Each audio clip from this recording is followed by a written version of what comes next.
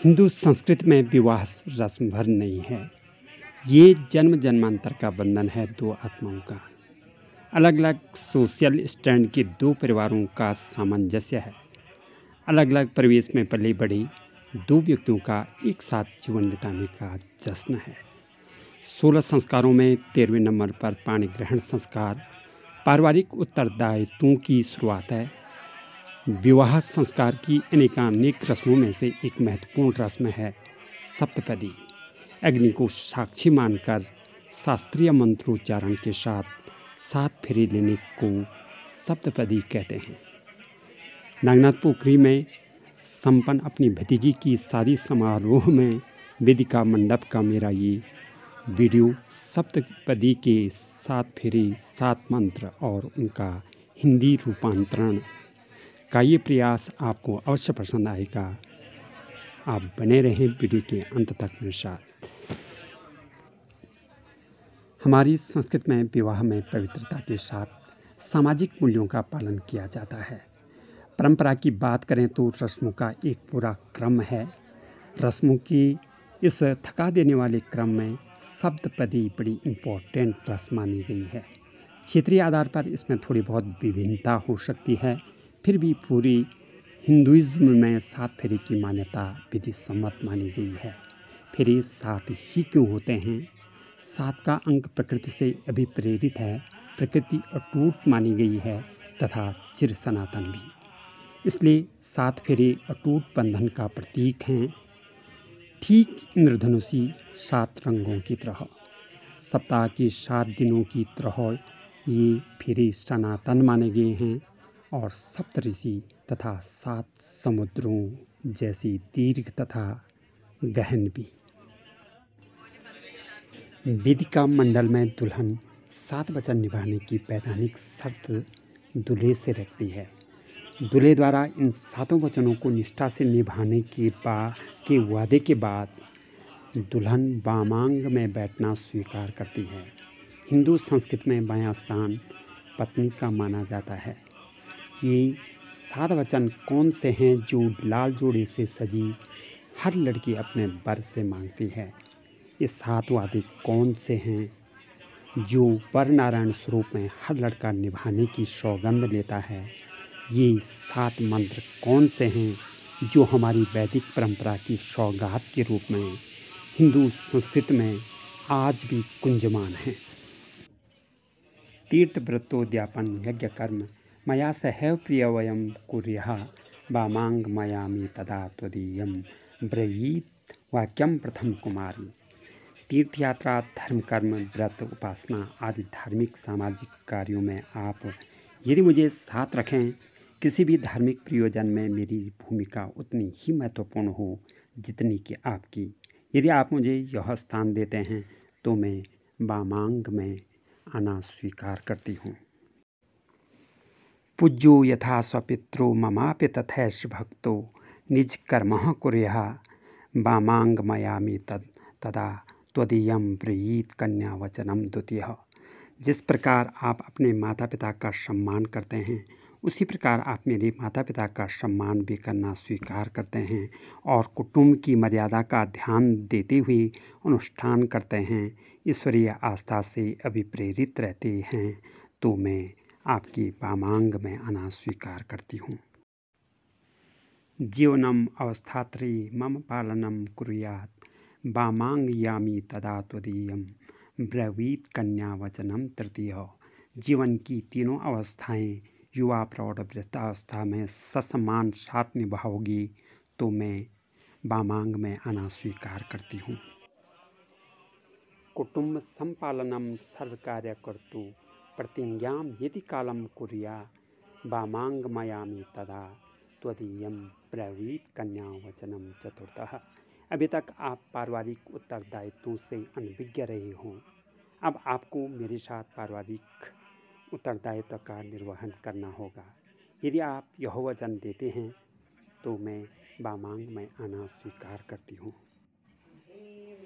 स्वसद्यः कार्ये व्यवहार कर्मणे व्यये ममापि मंत्र यथा वामांग मयामि तदा त्वदीयं ब्रूतेः वचः पंचमंत्र कन्या घर परिवार के सभी कार्यों, लेन देन, सामाजिक आर्थिक दायित्वों में यदि आप मेरी सलाह और सहभागिता को अहमियत देने का वचन देते हैं तो मैं बामांग में आना स्वीकार करती हूँ।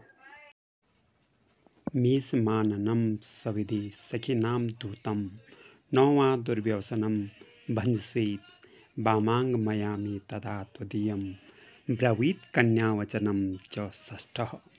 मुझे वचन दो कि घर परिवार समाज में आप कभी मेरा अपमान नहीं करेंगी। यदि घर परिवार और समाज में आप मुझे सदैव सम्मान देने का वचन देते हैं तो मैं बामांग में आना स्वीकार करती हूँ। पर स्त्रियं मात्र समः समीक्ष स्नेहं सदा चैनमपि कांतं कुर्यः बामांग मयामी तदा त्वदीयं ब्रूति वचः सप्तमंत्रम कन्या। आप तेज समाज में समस्त नारियों को माता, बहन और पुत्री के सदृश देखेंगे।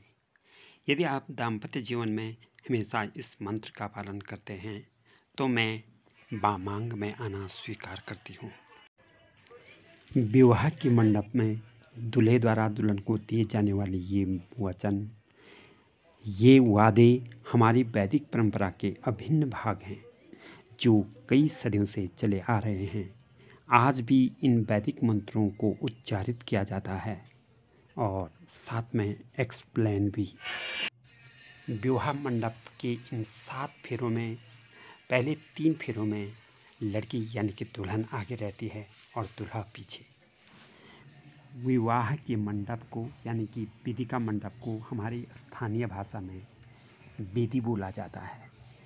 वेदी बनाने के लिए मिट्टी से वर्गाकार आकृति बनाई जाती है और मिट्टी के ऊपर 4 रंगों से विशेष ज्यामितीय आकृति बनाई जाती है और इसके चारों कोनों पर केले, पैया और चीड़ के पत्तों से बने हुए 4 स्तंभ होते हैं। इन चारों स्तंभों को पीले कपड़े से परस्पर जोड़ा जाता है। वेदिका सामान्यतः 4 स्तंभों की ही बनी होती है, लेकिन इसे 8 या 16 स्तंभों की भी बनाया जा सकता है। वेदिका के बीच में यज्ञ प्रज्वलित किया जाता है और इसके चारों कोनों पर दीपक प्रज्वलित होते हैं।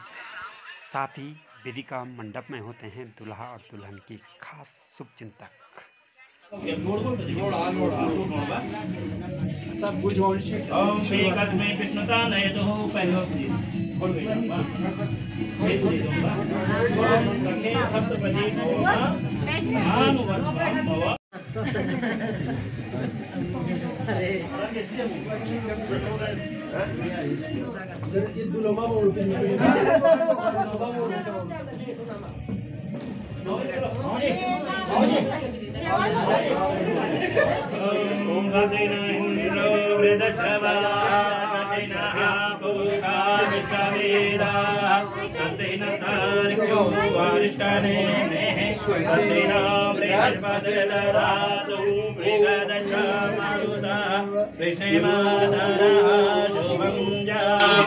ये सिंदूर ऐसे ही सस्ता रहे, तेरा ये मांग टीका सूर्य रश्मियों के साथ चमकता रहे बेटी।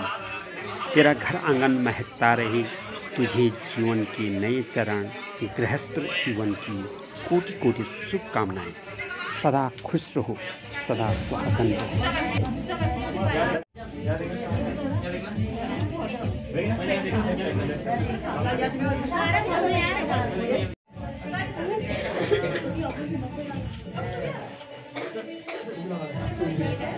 अब तुम्हारे तारीफ भी मन बजाऊं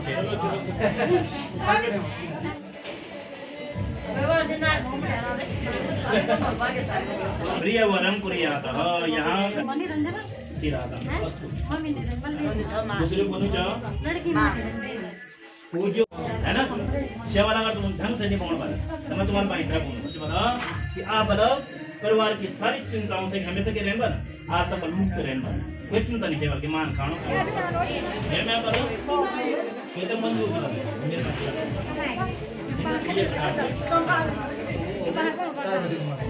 अभी करो या दूसरा जगह पर मंदिर दुख बैठ जा।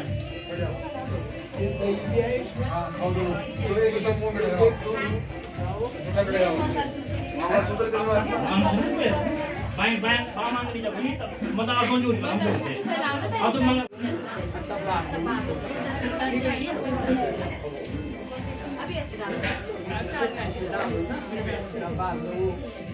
Adam sekali. Bas. Abi untuk sendiri.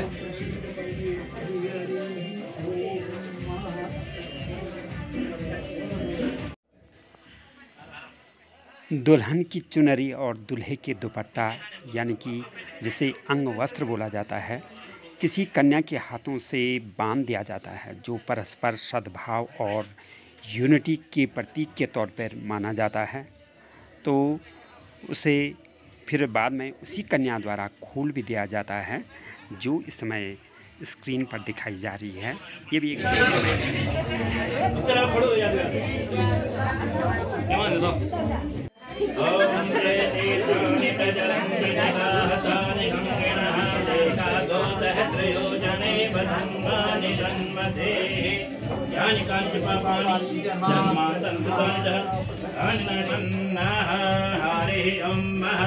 सर्वेभ्यो देवेभ्यो नमो नमाम्यहम्। जल्दी सब कुछ और सारी फोटो कोई बात नहीं, आराम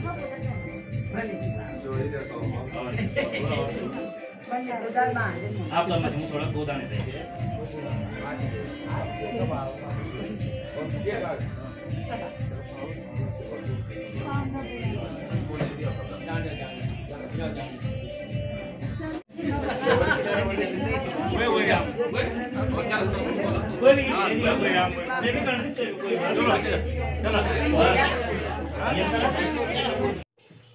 विवाह की अन्य रस्मों में से बड़ी इम्पोर्टेंट रस्म है सस भेंट।